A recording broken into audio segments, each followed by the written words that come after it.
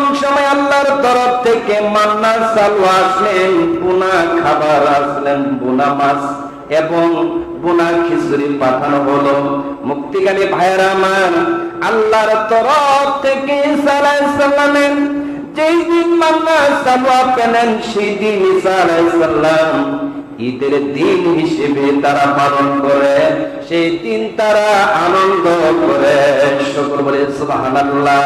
মুক্তিকামী ভাইয়েরা আমার, আল্লাহ রাব্বুল আলামিনের তরফ থেকে ঈসা আলাইহিস সালাম যদি খাবার পেয়ে তার জাতিরা যদি আনন্দ করতে পারে, মুক্তিকামী ভাইয়েরা আমার, সামান্য খাবার পেয়ে যদি তারা ঈদের দিন হিসেবে ঘোষণা করতে পারে, যেই দিন রহমতের নবী, বরকতের নবী জগতের বুকে আগমন করলেন, সেই দিনটা কি ঈদের দিন হতে পারে কি পারে না?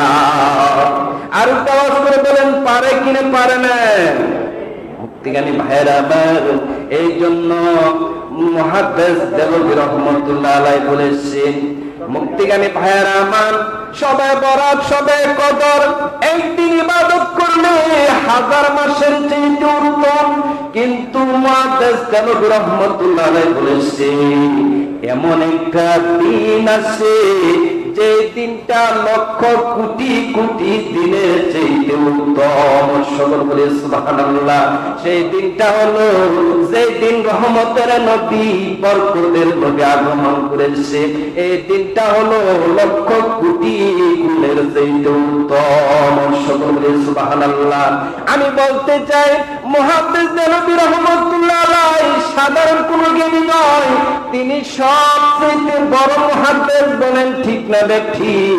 উনি যদি সবচেয়ে উত্তম দিন বলে ঘোষণা করেন, আমাদের করা দরকার আছে না নাই? আর তো জোরে জোরে বলে আছে না নাই? মুক্তিকামী ভাইয়েরা আমার, শাইখুল আকবর জামানার ইমাম বলে থাকেন, এই দিন রহমতের নবী, বরকতের নবী আগমন করেছে, এই দিন যদি আপনি আমি খুশি হই, আনন্দিত হই, আমার আল্লাহ খুশি হবে, রহমতের নবী খুশি হয়ে যাবে। সকল বলে সুবহানাল্লাহ। আমরা নামাজ পড়ে রোজা রাখি কাকে খুশি করার জন্য? আর আওয়াজ করে বলেন, কাকে খুশি করার জন্য? মুক্তিকামী ভাইয়েরা আমার, যে রহমতের নবী না হলে, বরকতের নবী না হলে নামাজ হতো না, রোজা হতো না। সেই দিনটা হলো সবচেয়ে ঈদের দিন। সকল বলি সুবহানাল্লাহ। রবিউল আউয়ালে তোমায় ডাকে সকলে, তুমি ডাকো উম্মতিয়া, উম্মতের কান্ডারি হইয়া, তুমি ডাকো উম্মতিয়া, উম্মতের কান্ডারি। আর রাসূলের সামনে ভালো লাগে না খারাপ লাগে? সকলে বলেন, রবিউল আউয়ালে তোমায় ডাকে সকলে, তুমি ডাকো উম্মতিয়া, উম্মতের কান্ডারি হইয়া।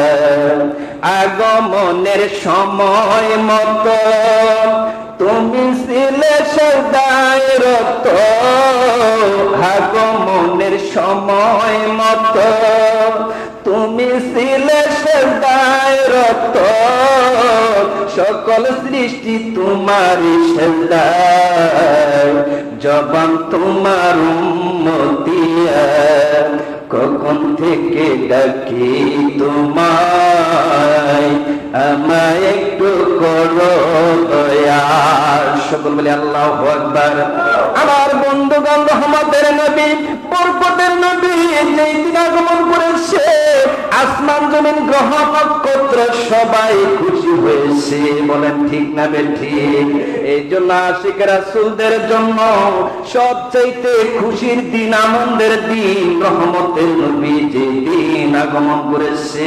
বলেন ঠিক না ঠিক?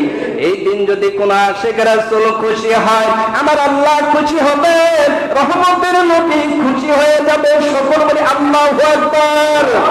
মুক্তিকামী ভাইয়েরা আমার, আল্লাহ রাব্বুল আলামিন কুরআনুল কারীমে রহমতের নবীর সম্বন্ধে বলেছে, ইয়া আইয়ুহান নাবিয়্যু ইন্না আরসালনাকা শাহিদাও ওয়া মুবাশশিরাও। সকল বলে আল্লাহু আকবার।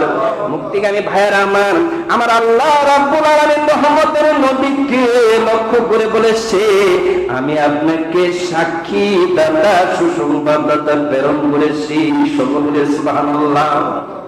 আমি আপনি যা কিছু করি আমার আল্লাহ দেখে, দেখে কি দেখে না?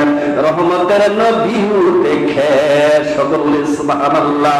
মুক্তিগামী ভাইয়েরা আমার, এই জন্য আমি আপনি যা কিছু করি আল্লাহ রাব্বুল আলামিন রহমতের নবীকে লক্ষ্য করে বলেছে, আমি আপনাকে সাক্ষী দাতা হিসেবে প্রেরণ করেছি।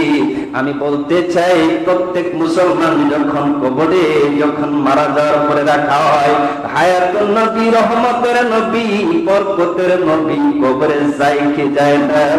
আর ওয়াজ করবেন, যায় কি যায় না?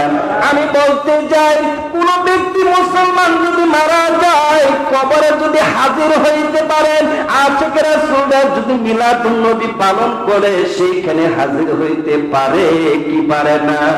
আর ওয়াজ করবেন, পারে কি পারে না? এই জন্য রহমতের নবী যেখানে হাজির হয় সেইখানে রহমত দ্বারা পরিপূর্ণ হয়ে যায়। সকলে সুবহানাল্লাহ। রাহমাতুল লিল আলামিন নবী কুরআনি প্রমাণ,